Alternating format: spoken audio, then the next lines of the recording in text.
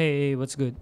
Back to regular programming this week of 20 to 26 October 2025. Balik na ulit sa madaming takbo.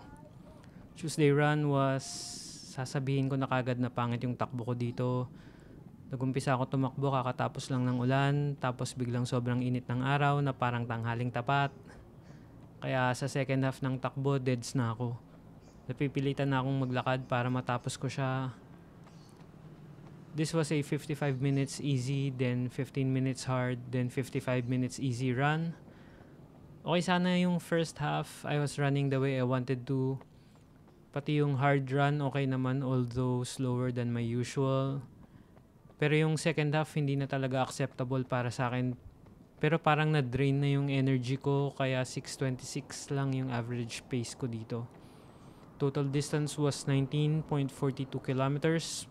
Pero baka I could have ran more kung okay yung takbo ko. Average heart rate was 147 BPM, medyo mataas, pero meron naman kasing fast run yan. Sad trip to, feeling ko nainitan lang talaga ako. Pero meron kayang kinalaman dito yung stress sa trabaho. Kulang-kulang din pala yung tulog ko lately, siguro it all caught up to me. Wednesday run naman, sobrang lakas ng ulan. Sa sobrang lakas, para na ako nagtatampisaw sa batis. Tapos fast run pa naman yung schedule ko. Tapos worried pa naman ako sa takbo na to kasi nga ang sama ng takbo ko the day before. Tapos di pa ako nakakatulog ng maayos. Pero somehow I felt stronger in this run than Tuesday's run. This was a crescendo run for 10 kilometers na bumibilis every 2.5 kilometers. Yung first segment, parang easy run ko lang to with a suggested pace of 6:16 to 7:07. I did 6:13 per kilometer. Second segment, suggested pace is 5:37 to 6:16. I targeted mga 5:40 and I did 5:42 per kilometer. Third segment, suggested pace is 5:20 to 5:40. I targeted 5:30 and did 5:34 per kilometer. Last segment, suggested pace is 5:20 to 5:30, same as previous. Pero I targeted 5:20 tapos 5:34 lang ulit nagawa ko. Yun kasing first kilometer ng last segment, 5:54 yung pace ko kaya bumaba yung total for that segment. Pero the rest, naka 5:20 to 5:21 per kilometer ako.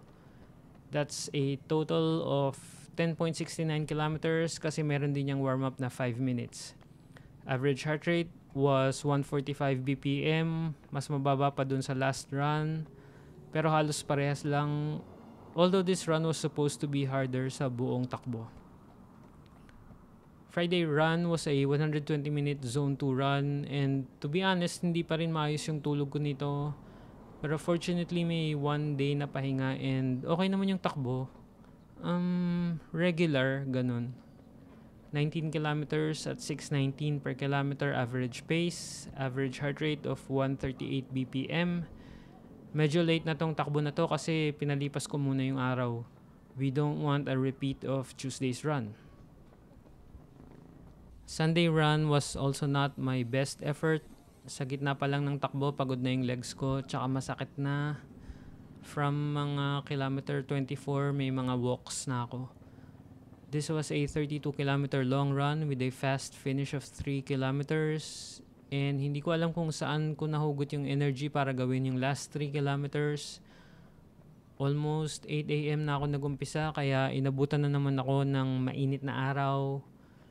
Hindi ko alam talaga kung bakit hindi pa rin ako nadadala at kung bakit hindi ko pa rin maiayos yung tulog ko. Tsaka note to self, parang hindi naman nakatulong yung electrolyte capsules. Parang nakadagdag lang siya sa distraction and breaks ko. Pero this was only my first try, but I don't know if I should do further testing. Average pace for this run is 6:37 per kilometer and average heart rate is 138 BPM. Total this week is 81 kilometers, 50% lang shooting percentage ko this week. With dalawang medyo pangit out of 4 runs. I have to bounce back and recover well. Yun lang, video na yun.